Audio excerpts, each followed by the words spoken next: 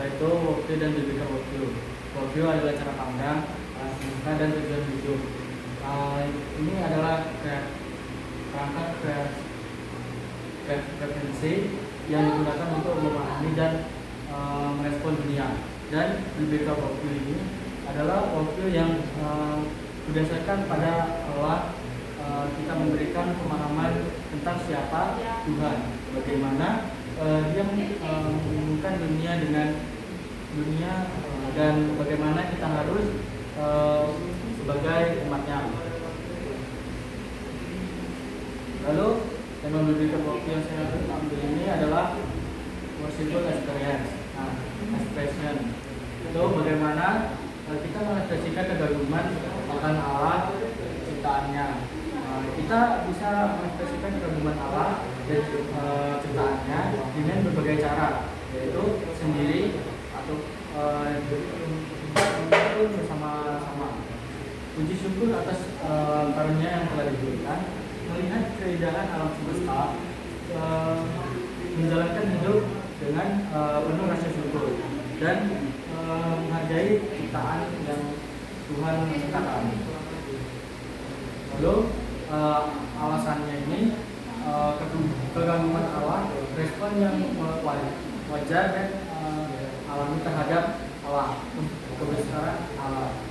Alkitab mengajarkan bahwa Allah layak diibadakan karena kekaguman, kemuliaan, keunggulan, kekudusan, kebijaksanaan, kuasa, kebaikan, belas kasih, kasih kebaikan, kebenaran, kebaikan, dan karya-karya ajaibnya. Lalu kejatuhan manusia ke dalam dosa, yaitu kejatuhan manusia terjadi karena tidak percaya atau tidak taat kepada Allah. Yang ini tentu menjadi seperti Allah, yaitu dari Kejadian 3 ayat 5. Worshipful experience seharusnya menjadi respon atas kemuliaan kebaikan yang Allah berikan. Namun dosa membutakan penglihatan manusia sehingga mereka melupakan sang pencipta mereka dan tergoda dengan keinginan duniawi. Nah, jadi awal manusia itu Adam dan Hawa. Mereka jatuh ke dalam dosa karena mereka digoda oleh ular untuk memakan buah pengetahuan yang menjadi seperti Allah. Lalu penebusan Kristus. Setelah manusia jatuh ke dalam dosa, jadi Yesus menebus dosa manusia. Penebusan Kristus merupakan bukti kasih Allah yang besar bagi manusia yang telah jatuh ke dalam dosa.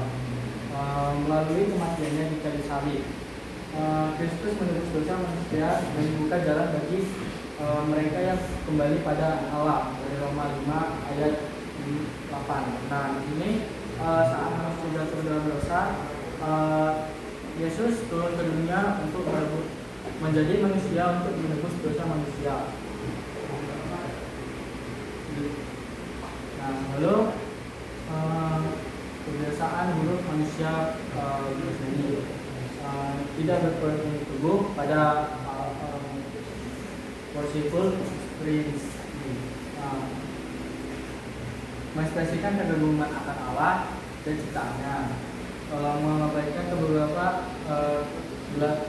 kebiasaan buruk manusia berdosa tanpa ada rasa syukur dan pengakuan dari akan Allah. Manusia semakin menjadi egois, mementingkan diri sendiri dan mengabaikan sesama karena mereka ingin manusia itu jatuh dalam dosa. Nah, lalu contoh kejahatannya itu ada yang diambil penyelewengan agama untuk tujuan kekuasaan atau keuntungan pribadi. Penyelewengan agama untuk kekuasaan atau keuntungan pribadi merupakan kejatuhan yang menyimpang dari makna sejati worshipful experience ini. pergumulan waktu yang kayak ini, pergumulan saya dalam menghargai waktu pandangan hidup, dia tidak berpegang teguh pada meskipun mengekspresikan kegemaran akan Allah dan terima kasih tercermin masih sering melakukan tindakan seperti egois, tidak jujur, dan kurang empati terhadap sesama. Lalu kesimpulan yang saya itu firman Tuhan dalam Wahyu ayat 4 ayat 11. Nah, itu menegaskan bahwa Allah layak untuk menerima pujian karena Dia menciptakan segala sesuatu anugerah Kristus. Anugerah Kristus membebaskan kita dari dosa.